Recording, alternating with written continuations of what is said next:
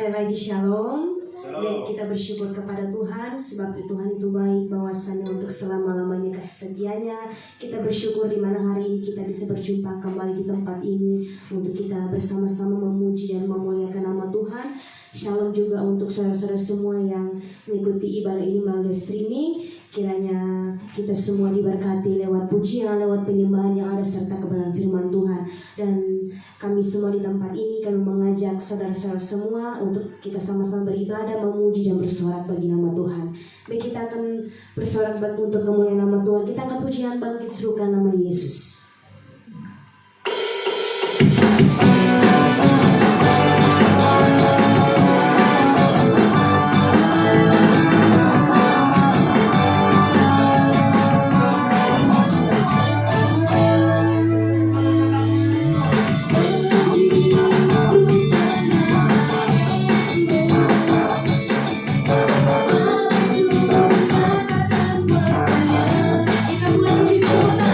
Kita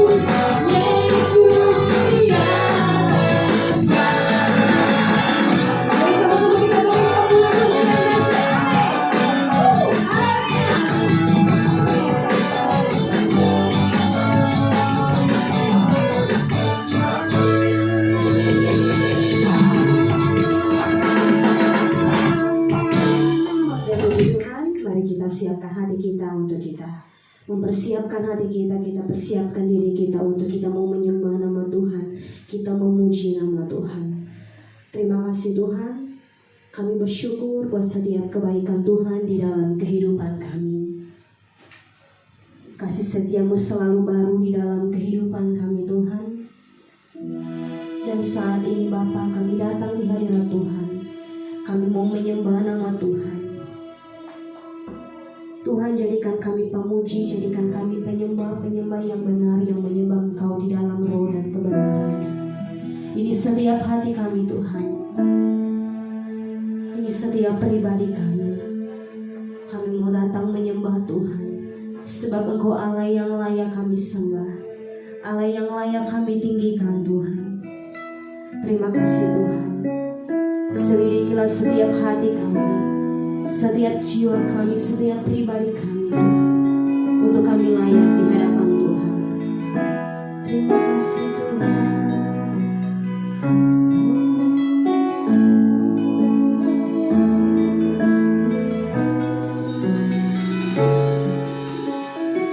Terima kasih Tuhan.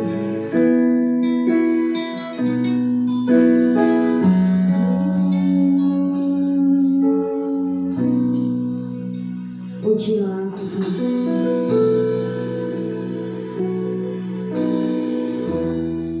Ujilah aku Tuhan.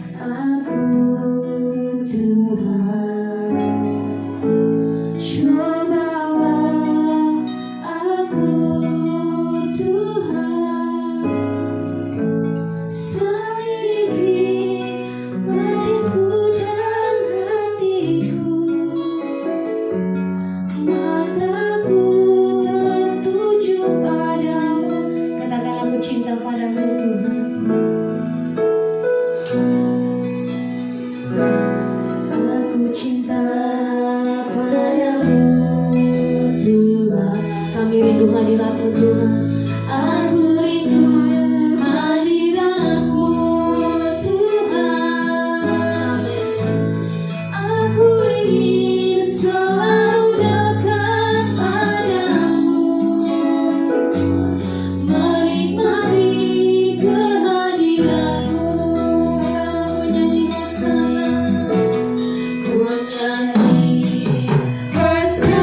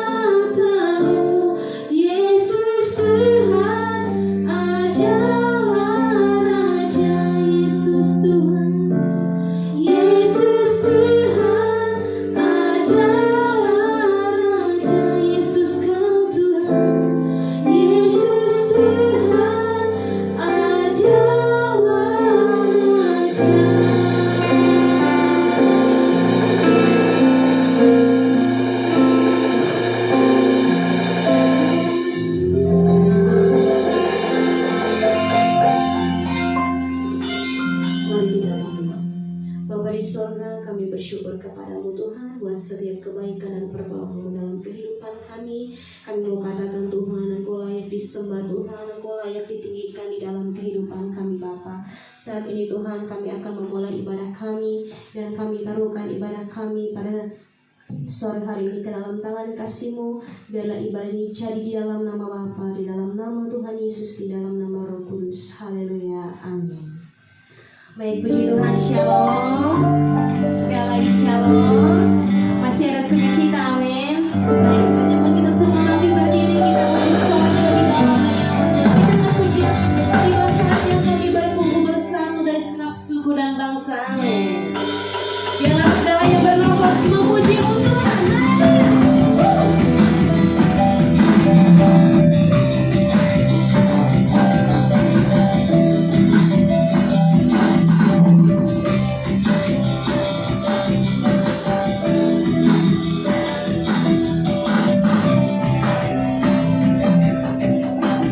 Sama-sama katakan tibasanya.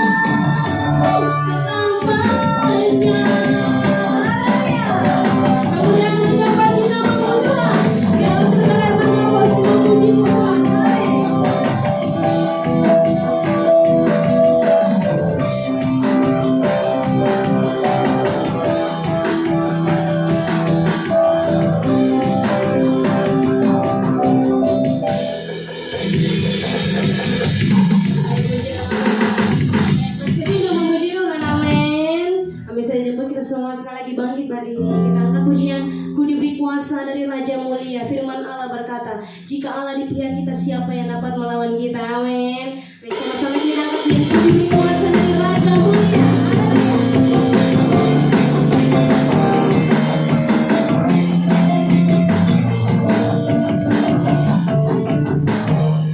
Mari sama-sama katakan.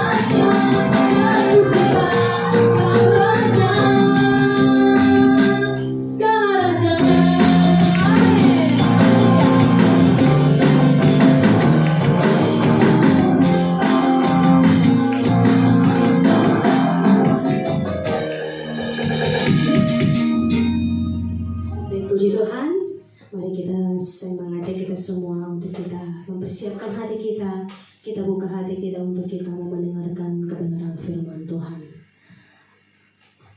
Terima kasih Tuhan. Saat ini kami anak-anakmu siap untuk mendengarkan kebenaran firman Tuhan.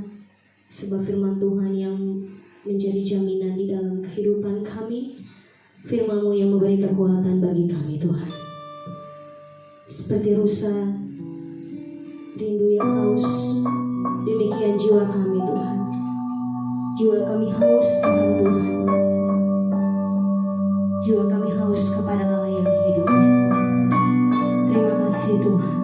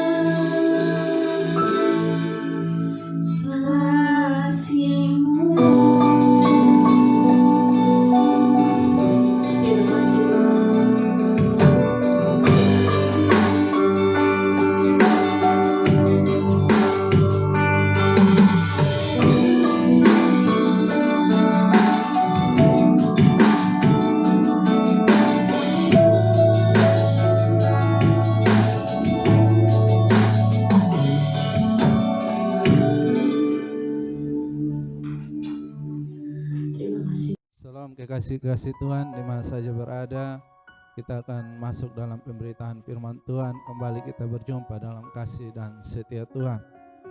Sebelum kita masuk dalam firman Tuhan, siapkan hati teman-teman, bersaudara semua, di mana saja berada, kita akan sungguh-sungguh masuk dalam hadirat Tuhan di dalam doa. Kita berdoa. Terima kasih untuk kasih setia Tuhan, penyertaan Tuhan dalam kehidupan kami, menyertai kami hingga sampai saat ini yang baik. Pujian penyembahan telah kami naikkan di hadapan hadirat Tuhan.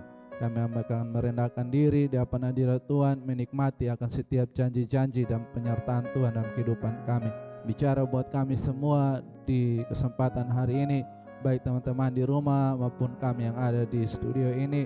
Tuhan urapi kami, berkati kami supaya firman Tuhan sampai kepada umat-umat Tuhan, dan di situ nama Tuhan dipuji permuliakan. Urapan Allah Tuhan atas hamba-Mu, biarlah firman Tuhan yang disampaikan murni untuk kemuliaan dan kehormatan Tuhan. Terima kasih Bapa yang baik, kami serahkan firman Tuhan ini dari awal pertengahan hingga akhirnya hanya ke dalam tangan pengasihan Tuhan. Di dalam nama Yesus kami berdoa, amin. Baik, salam teman-teman dikasih dalam Yesus Kristus. Hari ini kita akan belajar kebenaran firman Tuhan tentang Elia ke Gunung Horeb. Saudaraku yang dikasih dalam Yesus Kristus, kita kembali lihat konteks firman Tuhan ini. Ketika Elia kembali dan mengalahkan nabi-nabi Baal, dia dibawa Roh Kudus, dan di tengah perjalanan ia mendengar kabar bahwa suruhan dari Isabel berusaha untuk mengintimidasi Elia waktu itu dengan cara disuruh pasukannya atau suruhannya untuk menyampaikan kepada Elia bahwa nyawanya sementara terancam. Jadi saudaraku dikasih dalam Yesus Kristus, terkadang kita juga menghadapi hal yang sama. Kita menghadapi di mana kita dihimpit oleh masalah-masalah kehidupan yang seolah-olah membuat jiwa kita tertekan, membuat jiwa kita seolah-olah itu harus mati saja seperti itu. Jadi ketakutan demi ketakutan itu dibuat oleh iblis untuk mengintimidasi kita, untuk kita tidak lagi percaya dengan kuasa Tuhan. Jadi saudaraku yang dikasih dalam Yesus Kristus, banyak orang di hari-hari ini, kesempatan ini, banyak orang lebih mempercayakan dokter. Ketika sakit hanya datang kepada dokter tanpa melalui Tuhan dulu. Jadi saudaraku yang dikasih dalam Yesus Kristus, kalau kita kembali pada firman Tuhan, maka firman Tuhan mengatakan biarlah ia semakin besar dan kita semakin berkurang-kurang. Berarti kehidupan kita yang perlu kita andalkan itu cuma Tuhan. Selebih daripada itu dokter dan obat-obatan, itu menjadi alat berikutnya untuk bisa menunjang kesehatan kita. Jadi saudaraku ini kasih dalam Yesus Kristus, bukan saya katakan tidak perlu dokter, kita perlu dokter. Tapi ingat baik-baik bahwa Tuhan itu lebih besar seharusnya dalam setiap perkara-perkara kehidupan kita. Di masa-masa pandemi ini kita diperhadapkan dengan kualitas iman kita. Apakah kita tetap mengandalkan Tuhan di dalam setiap perkara kita atau tidak? Bahkan Yakobus mencatat bahwa setiap perencanaan kita taruh di bawah kaki Tuhan. Jadi saudaraku ini kasih dalam Yesus Kristus, apapun yang kita alami hari-hari ini, seperti Elia ketika dia mendengar ada suruhan, ada orang yang disuruh oleh Elisa menyampaikan bahwa Elia terancam karena harus dibunuh waktu itu. Ketika Elia mendengar itu, dia merasa takut, sehingga ayat yang ke-3 mencatat hal itu. Maka takutlah ia, lalu bangkit dan pergi menyelamatkan nyawanya. Dan setelah sampai ke Betseba yang termaksud wilayah Yehuda, ia meninggalkan bujangnya di sana, tetapi ia sendiri masuk ke padang gurun sehari perjalanan jauhnya, lalu duduk di bawah sebuah pohon ara. Kemudian ia ingin mati. Katanya, cukup itu. Sekarang ya Tuhan, ambillah nyawaku, sebab aku ini tidak lebih baik daripada nenek moyangku. Saudara lihat di ayat yang ketiga dikatakan bahwa dia takut ketika mendengar kabar bahwa nyawanya sementara terancam. Saudara ini kasih dalam Yesus Kristus, kita akan kaitkan dengan kebenaran firman Tuhan yang ada di 2 Timotius 1 ayat yang ke-7 dikatakan, sebab Allah memberikan kepada kita bukan roh ketakutan, melainkan roh yang membangkitkan kekuatan, kasih, dan ketertiban. Saudara lihat pada konteks firman Tuhan di 2 Timotius 1 ayat yang ke-7 ini, bahwa Allah tidak pernah memberikan kita roh ketakutan, tapi roh yang memberikan kita kekuatan. Jadi saudara yang dikasih dalam Yesus Kristus, siapa yang memberikan kita roh kekuatan itu? Cuma Tuhan. Jadi iblis ini hanya datang merancang kita untuk iman kita terganggu, iman kita kacau, iman kita tidak lagi tertuju kepada Tuhan. Iblis berusaha untuk kita mengandalkan manusia. Iblis berusaha untuk kita mengandalkan obat-obat yang ada, mulai membalingkan iman kita kepada dunia punya. Jadi saudaraku yang dikasih dalam Yesus Kristus, firman Tuhan yang lain dikatakan bahwa diberkatilah orang yang mengandalkan Tuhan dan menaruh harapan kepada Tuhan. Jadi di masa-masa yang sulit ini, di masa-masa pandemi ini, kualitas iman kita ini terus diuji oleh Tuhan. Apakah kita terus mengandalkan Tuhan pada akhir kehidupan kita atau maut sebentar menghimpit kita? Apakah kita tetap berseru kepada nama Tuhan? Firman Tuhan mengatakan bahwa berserulah kepada nama Tuhan maka kita diselamatkan. Jadi jawaban kita yang pasti itu cuma di dalam Kristus. Kristus yang memberikan kita kehidupan hari ini, Kristus yang memberikan kita kehidupan yang akan datang, Kristus yang bisa mengangkat diri kita hari ini, dan Kristus yang sama juga bisa menyembuhkan kita pada saat ini. Jadi teman-teman yang dikasih dalam Yesus Kristus, arti dari angkat itu artinya Yesus bisa saja hari ini dia bisa ambil nyawa kita, dan Yesus juga bisa memberikan kita kehidupan pada hari ini juga. Jadi teman-teman lihat sendiri, Lazarus itu dibangkitkan dari kematiannya. Yesus itu bisa buat apa saja. Yang tidak mungkin bagi kita itu mungkin bagi Tuhan. Jadi saudaraku ini kasih dalam Yesus Kristus, Lazarus bisa dibangkitkan. Masakah sakit penyakit yang kita alami, Yesus tidak bisa melakukan sesuatu dalam hidup kita. Jadi saudaraku ini kasih dalam Yesus Kristus, ketika dia takut dia berlari. Jadi saudaraku ini kasih dalam Yesus Kristus, gambaran Elia ini mau mengajarkan kepada kita sebagai anak-anak Tuhan, bahwa ketika kekhawatiran, ketakutan datang menghimpit kepada kita, sikap kita yang kita lakukan adalah mari kita datang kepada Tuhan. Ayat yang keempat dikatakan, tetapi ia sendiri masuk ke padang gurun sehari perjalanan jauhnya, lalu duduk di bawah sebuah pohon ara. Kemudian ia ingin mati. Katanya, cukup itu. Sekarang ya Tuhan, ambillah nyawaku, sebab aku ini tidak lebih baik daripada nenek moyangku. Ini satu pengakuan dari Elia. Dia merasa bahwa dia tidak layak. Dia merasa bahwa kualitas imannya tidak seperti nenek-nenek moyangnya waktu itu. Ada Abraham, ada Ishak, ada Yakub, dan keturunan selanjutnya. Jadi saudaraku ini kasih dalam Yesus Kristus, dia merasa dia tidak layak.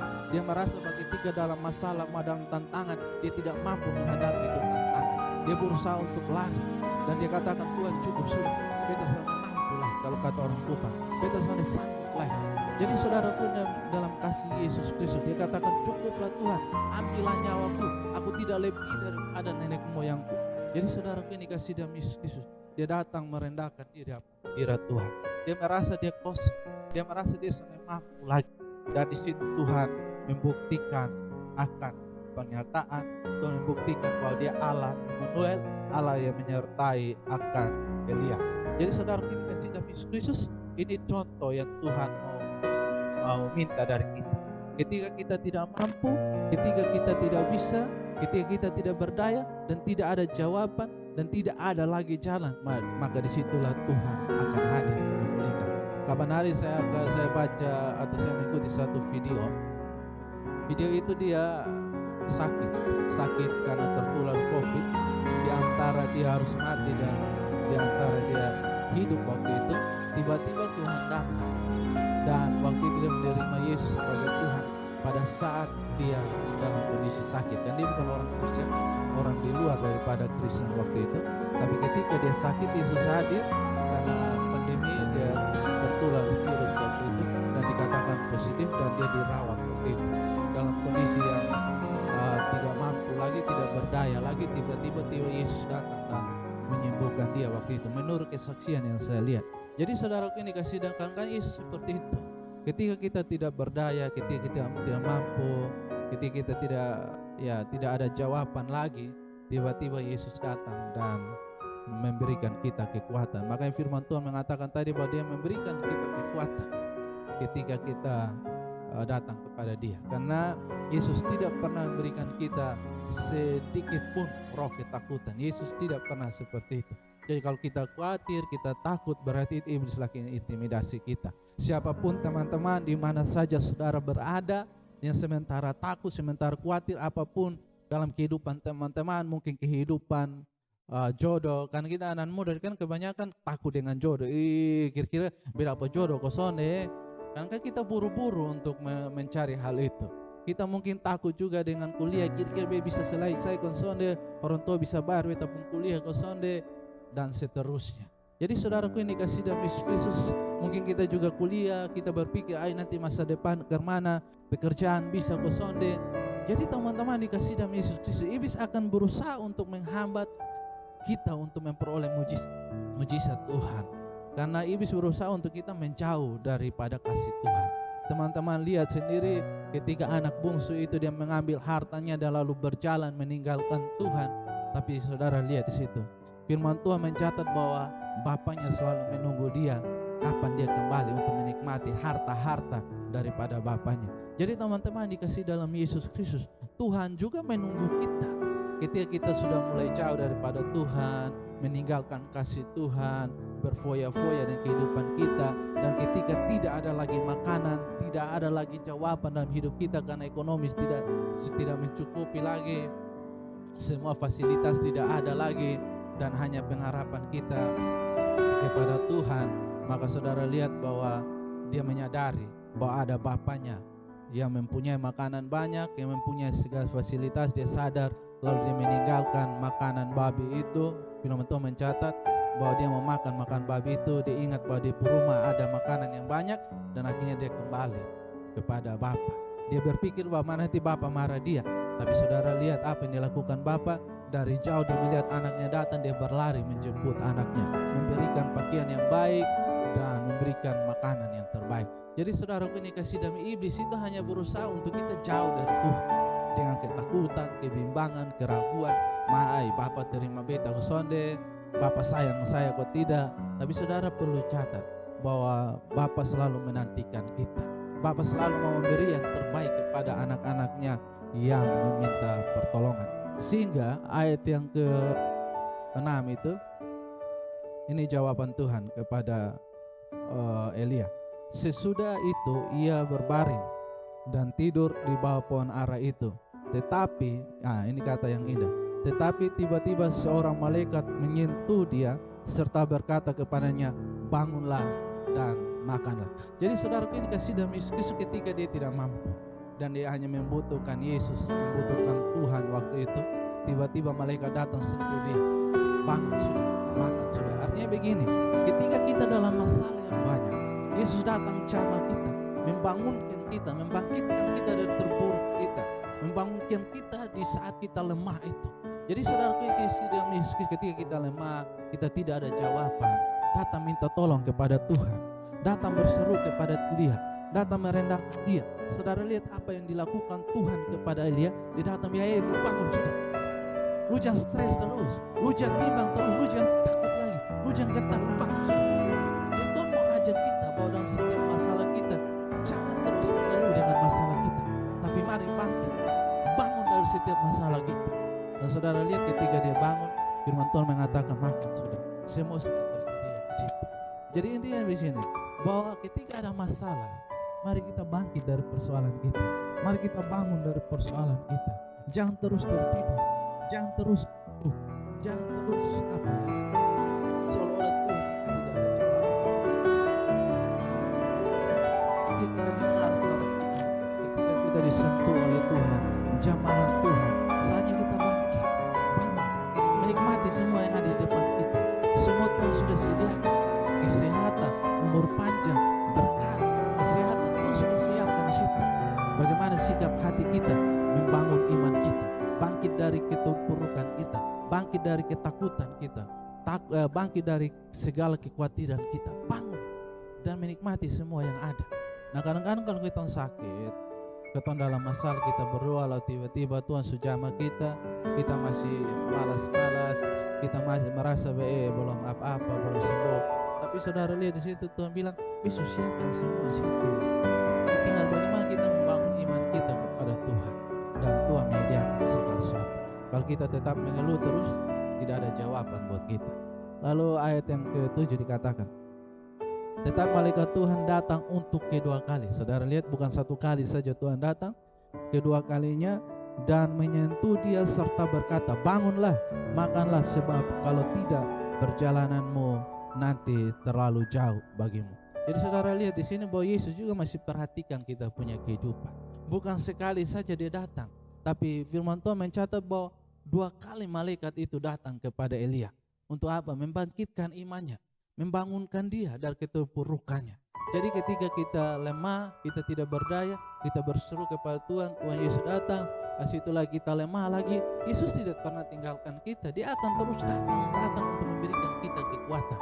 Maka firman Tuhan tadi yang mengantar kita bahwa dia memberikan kita kekuatan. Jadi saudara kini kasih damai, itu tugas Tuhan. Itu tugas malaikat-malaikat untuk apa? Memberikan kekuatan iman kepada orang-orang yang percaya. Maka firman Tuhan mencatat bahwa orang-orang yang menanti-nantikan Tuhan, yang selalu datang di hadapan Tuhan, dia akan berikan kekuatan yang baru. Yang dialami oleh Elia adalah kekuatan yang baru diberikan oleh Tuhan kepada dia. Ketika dia merasa cukup sudah Tuhan, bisa mampu, disitulah Tuhan hadir memberikan kita kekuatan. Siapapun bahwa saudara, baik di rumah sakit atau sementara sakit di kos atau di rumah atau di mana saja saudara berada, ingat baik-baik firman Tuhan pada hari ini. Dikatakan bahwa lu bangun sudah, saatnya lu percaya sudah bahwa mujizat Tuhan masih ada sampai saat ini. Kita imani bahwa Tuhan menyertai kita. Jangan pernah izinkan iblis untuk membuat kita takut. Jangan pernah izinkan iblis untuk bekerja, untuk mencuri, membunuh, dan membinasakan kita. Saatnya kita percaya bahwa Yesus datang untuk memberikan kita kehidupan dan memberi kita semua kelimpahan. Jadi saudaraku ini kasih dalam Yesus Kristus, kalau kita percaya bahwa Tuhan memberikan kita segala kelimpahan dan Yesus datang memberikan kita kehidupan, untuk apa lagi kita khawatir? Mari kita datang kepada Tuhan. Walaupun Tuhan mengizinkan kita harus sakit, kita belajar bersyukur dengan itu. Supaya apa? Kita tetap datang di hadapan hadirat Tuhan. Yang baik, siapapun saudara yang punya masalah apapun atau sementara sakit, ingat baik-baik, Tuhan ada. Tuhan dekat dengan saudara. Asalkan saudara berseru kepada nama Tuhan. Jadi firman Tuhan mengatakan, ada pujian mengatakan bahwa dia hanya sejauh doa. Kalau saudara datang tunduk di hadapan hadirat Tuhan, saudara minta kepada dia sudah jauh di mana-mana. Dia hanya sejauh doa saudara. Doa yang bagaimana? Doa yang tulus dari hati kita. Doa yang betul-betul berharap, bersandar, bergantung hanya kepada jawaban Tuhan saja. Kadang-kadang orang berdoa ini kan supaya orang lihat. Kita berdoa ini supaya memaksa kehendak kita. Dan firman Tuhan bilang, biarlah kehendak Tuhan yang jadi. Makanya ketika dia di padang gurun, biarlah cawan ini lada padaku, tapi biarlah bukan kehendakku, tapi biarlah kehendak. Semua yang terjadi dalam hidup kita, biarlah dalam kehendak Tuhan, bukan kehendak kita. Jadi saudaraku ini kasih dalam Yesus Kristus, kedua kalinya malaikat Tuhan datang kepada Elia, bahkan dikatakan bangunlah makanlah, sebab kalau tidak perjalananmu nanti terlalu jauh bagimu. Jadi teman-teman dikasih dalam Yesus Kristus, Tuhan tahu bahwa perjalanan iman kita, perjalanan kehidupan kita masih sangat jauh. Apalagi kita sebagai orang-orang muda, perjalanan kita sangat jauh, sangat jauh. Kapan kita habis kuliah, kapan kita menikah, kapan kita punya anak, kapan kita punya cucu. Nah ini perjalanan masih sangat jauh. Jadi Yesus bilang, lu bangun makan dulu, supaya lu kuat dulu. Kalau perjalanan masih sangat jauh, makan apa? Makan ini firman Tuhan. Terus menikmati firman Tuhan.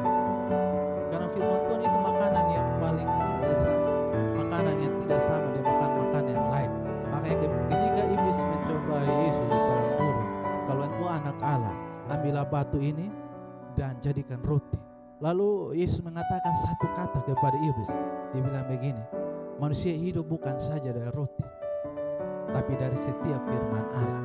Jadi ini perkataan iman yang kadang-kadang kita diperhadapkan yang itu juga, kan kita kualitas iman tidak akan seperti Yesus. Kita akan mengeluh, kita katakan, lu manusia nah lu butuh makanan, butuh roti, lu butuh nasi. Nah kalau kita berhadapan dengan Tuhan, kira-kira Tuhan bisa kutuk kita. Tuhan bisa bilang, manusia hidup itu bukan dari roti saja, tapi dari setiap firman Tuhan. Jadi saudaraku ini kasih dalam Yesus Kristus, kalau saya ingat kembali bagaimana bangsa Israel keluar tanah Mesir, tidak ada makanan di situ. Dia mau buat apa? Roti son ada lah, ikan son ada lah, semua son ada. Nah siapa yang kasih makan? Tiba-tiba mana turun dari surga. Jadi saudaraku ini kasih dalam Yesus gitu, mana itu bicara tentang firman Tuhan, roti kehidupan yang turun untuk kita dan kita menikmati. Roti kehidupan itu apa? Itu firman Tuhan, Allah sendiri, Kristus sendiri yang adalah firman Allah itu. Makanya Yohanes mencatat bahwa pada mulanya firman itu bersama-sama dengan Allah, dan firman itu Allah sendiri. Jadi saudaraku ini kasih dalam, ketika mana turun itu Yesus turun menyerupai roti itu, dan roti itu dibagi-bagikan untuk mereka dan mereka makan, akhirnya mereka kuat menjalani kehidupan. Jadi kita seharusnya menikmati roti kehidupan itu, yaitu Yesus Kristus yang harus kita nikmati dalam kehidupan kita. Firman Tuhan harus benar-benar kita menikmati dalam diri kita. Jadi saudaraku ini dikasih dalam Yesus supaya kita kenyang, kita mampu menghadapi tantangan-tantangan di hari esok. Saudara lihat ketika mana itu mereka makan, mereka mampu untuk berjalan di padang gurun, mampu melewati setiap peperangan demi peperangan. Kenapa? Dari mana itu? Mereka makan bukan 1 hari, 2 hari, atau 1 bulan, bertahun-tahun mereka menikmati mana dari surga itu. Bentuk penyertaan Tuhan dalam hidup kita. Jadi teman-teman dikasih dalam Yesus Kristus, siapapun saudara, bersaudara seiman, keluarga, sanak saudara yang mendengarkan khotbah ini, saya mau menyampaikan buat saudara. Saudara boleh mengandalkan dokter, saudara boleh datang minum obat, tapi jangan lupa Tuhan, jangan lupa Yesus di situ. Jangan pernah mengandalkan kekuatan dunia ini, apalagi kalau fufu, minta orang tua kasih ketong kekuatan, tinggalkan itu sudah. Itu kekuatan manusia, itu kekuatan dunia. Datang saja Tuhan yang memberikan ketong kehidupan, yang menjaminkan kita keselamatan. Untuk apa lagi ketong pilih dunia? Firman Tuhan mencatat bahwa terkutuklah orang yang mengandalkan manusia. Jadi teman-teman, bersaudara, keluarga semua yang dengar firman Tuhan ini, dikatakan bahwa terkutuk. Kalau kata mengandalkan manusia, kata mengandalkan kekuatan yang ada di dunia ini, firman Tuhan mengatakan terkutuk. Jadi saudara ini kasih dari Yesus Kristus. Kalau saudara berasumsi bahwa berdoa dan bekerja, kita berdoa lalu cara orang kita untuk bekerja buat kita, bukan begitu. Berdoa dan bekerja itu adalah bagaimana kita menyerahkan setiap persoalan kehidupan kita, dan terus kita menjalani kehidupan kita seperti biasa. Pergi ke dokter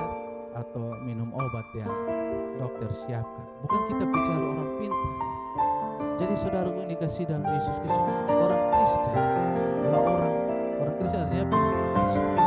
Berarti Yesus omong apa, Yesus buat apa, itu yang kita lakukan. Soalnya bisa Yesus omong lain lalu kita buat lain, tidak bisa. Jadi saudara ini kasih dalam Yesus Kristus. Firman Tuhan sudah mencatat buat kita bahwa ketika kita berserah, ketika kita tidak mampu, dan ketika nyawa kita hampir-hampir sudah selesai, cukup sudah, maka di situ pertolongan Tuhan datang.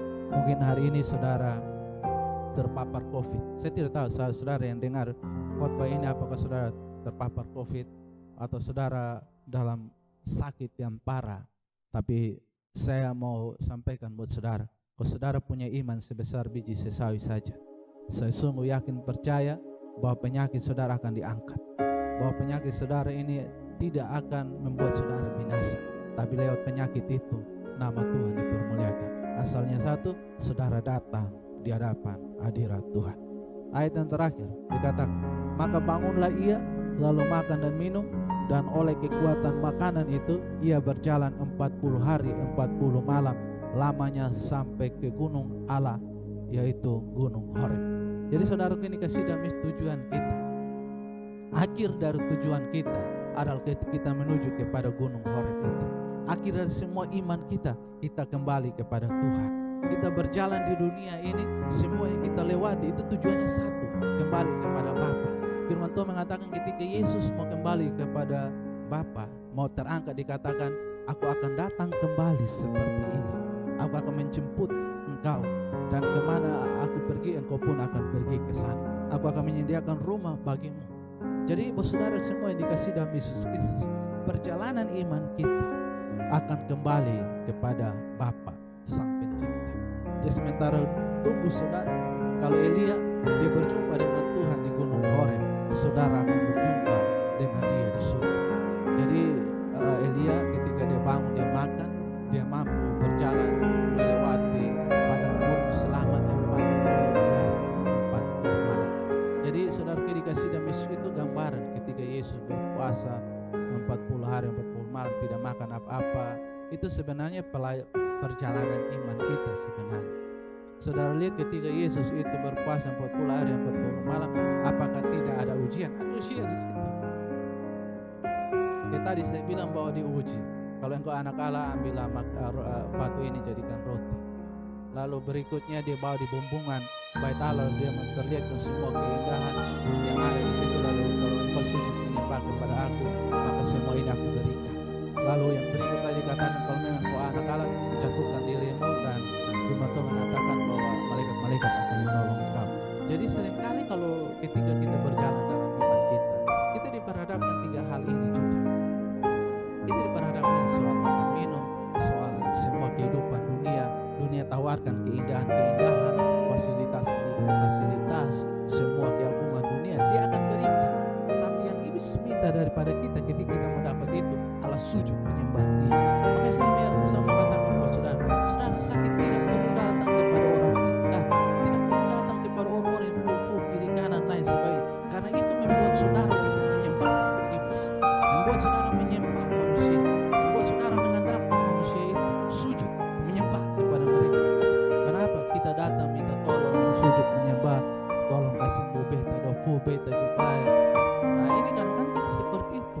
Kita lupa Tuhan. Kita lebih mengandalkan orang pintar, mengandalkan orang-orang yang punya kekuatan. Tapi mereka juga akan mati sebenarnya. Mereka sudah mati, bukan tidak mati. Maka mereka mati masuk neraka itu. Dan merasakan menyembah. Tapi Yesus ketika dia mati dia bangkit bos, dia memberikan kehidupan yang pasti buat kita. Kalau kita mau datang kemana? Kepada orang yang mati dan mati setelahnya masuk neraka, atau kita datang kepada Yesus yang mati habis dia bangkit dan dia memberikan kita kehidupan. Ini apa ya? Ini tantangan buat kita semua sebagai orang-orang percaya. Semasa-masa modern kita masih andalkan akar-akar, kita masih andalkan kekuatan-kekuatan dunia. Itu kan Tuhan tidak mau seperti itu.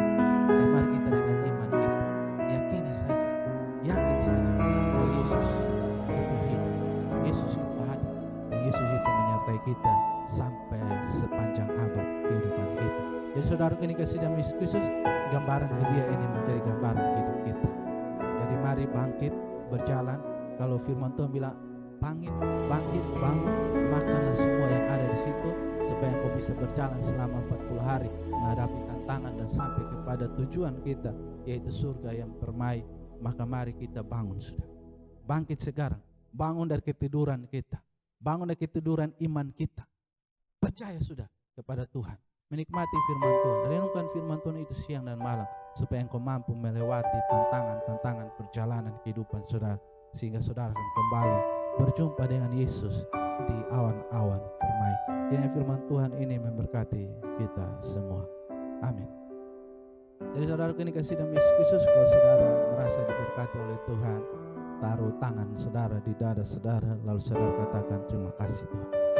Saudara, ini kasih dalam Yesus Kristus, sebelum saya masuk dalam doa pemberitaan firman Tuhan ini, mengucap syukur firman Tuhan, saya rindu saudara coba sejenak duduk di hadapan hadirat Tuhan, merenungkan semua kebaikan-kebaikan Tuhan yang Tuhan sudah buat dalam hidup saudara.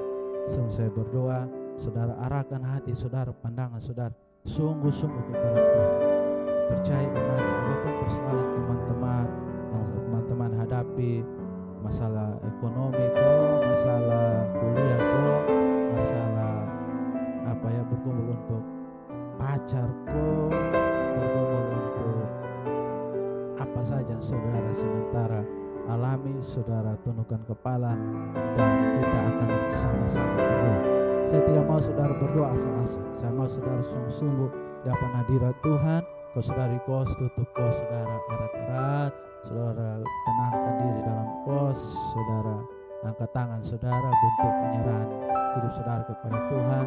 Lalu mungkin saudara di jalan berhenti sejenak, tunduk kepala, dengar baik-baik, kita sama-sama masuk di dalam doa. Atau saudara di rumah sakit, saudara angkat tangan saudara, tidak usah malu ke kiri kanan saudara, angkat tangan saja dengan iman, maka Tuhan akan hadir dan menjamah kehidupan saudara. Saudara duduk untuk dengar khotbah ini, saudara juga bisa angkat tangan saudara atau angkat hati saudara. Mungkin saudara malu dengan orang sekitar, cukup angkat hati dan berdoa sama-sama dengan saya. Mari kita berdoa. Terima kasih Bapa yang baik untuk kasih dan setia Tuhan dalam kehidupan kami. Hamba telah menyampaikan isi hati Tuhan dan selesai. Tapi hamba percaya Roh Kudus tidak pernah selesai untuk memberikan kami kekuatan. Seperti Elia, malaikat terus datang memberikan dia kekuatan dan menyediakan semua yang dia butuhkan. Demikian hal yang sama Roh Kudus akan bekerja, akan menyembuhkan iman daripada teman-teman, berikan kekuatan bagi mereka, penghiburan bagi mereka yang sakit Tuhan sembuhkan, yang lemah Tuhan kuatkan, yang tersesat Tuhan bawa mereka kembali dalam hadirat Tuhan. Bahkan pergumulan kehidupan mereka berserah hanya ke dalam tangan pengasihan Tuhan. Biarlah iman kami terpaut kepada Tuhan. Terima kasih Bapa yang baik, kami serahkan teman-teman Abah yang sementara angkat tangan atau sementara merenungkan kasih dan kebaikan Tuhan. Tuhan jamah mereka, pulihkan keadaan mereka, lakukan yang terbaik dalam kehidupan mereka Bapa.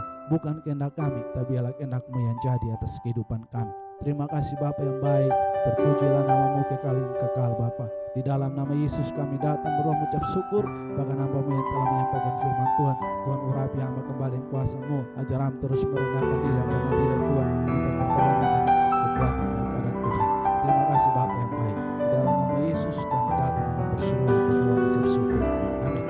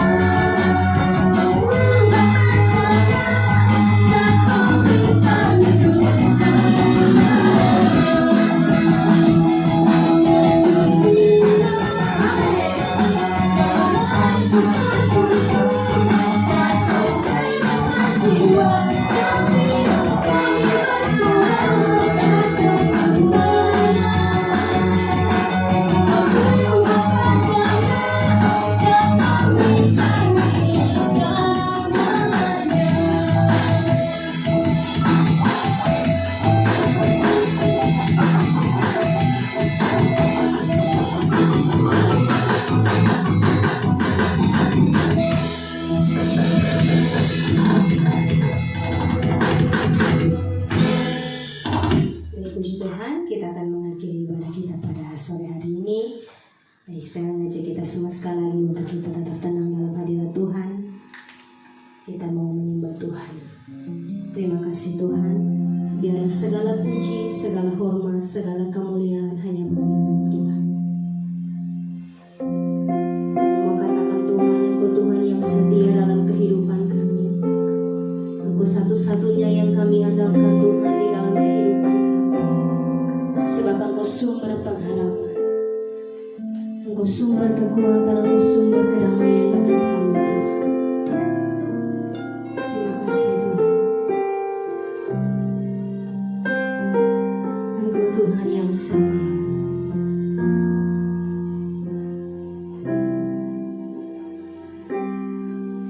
Engkau Tuhan yang setia. Waktumu selalu yang terbaik. Engkau Tuhan sandaranku, dan ku hanya kan berharap padamu. Amin. Satu-satunya yang ku andalkan, satu-satunya yang ku percaya. Engkau sumber kekuatan, sumber pengharapan, sumber kedamaian. Satu-satunya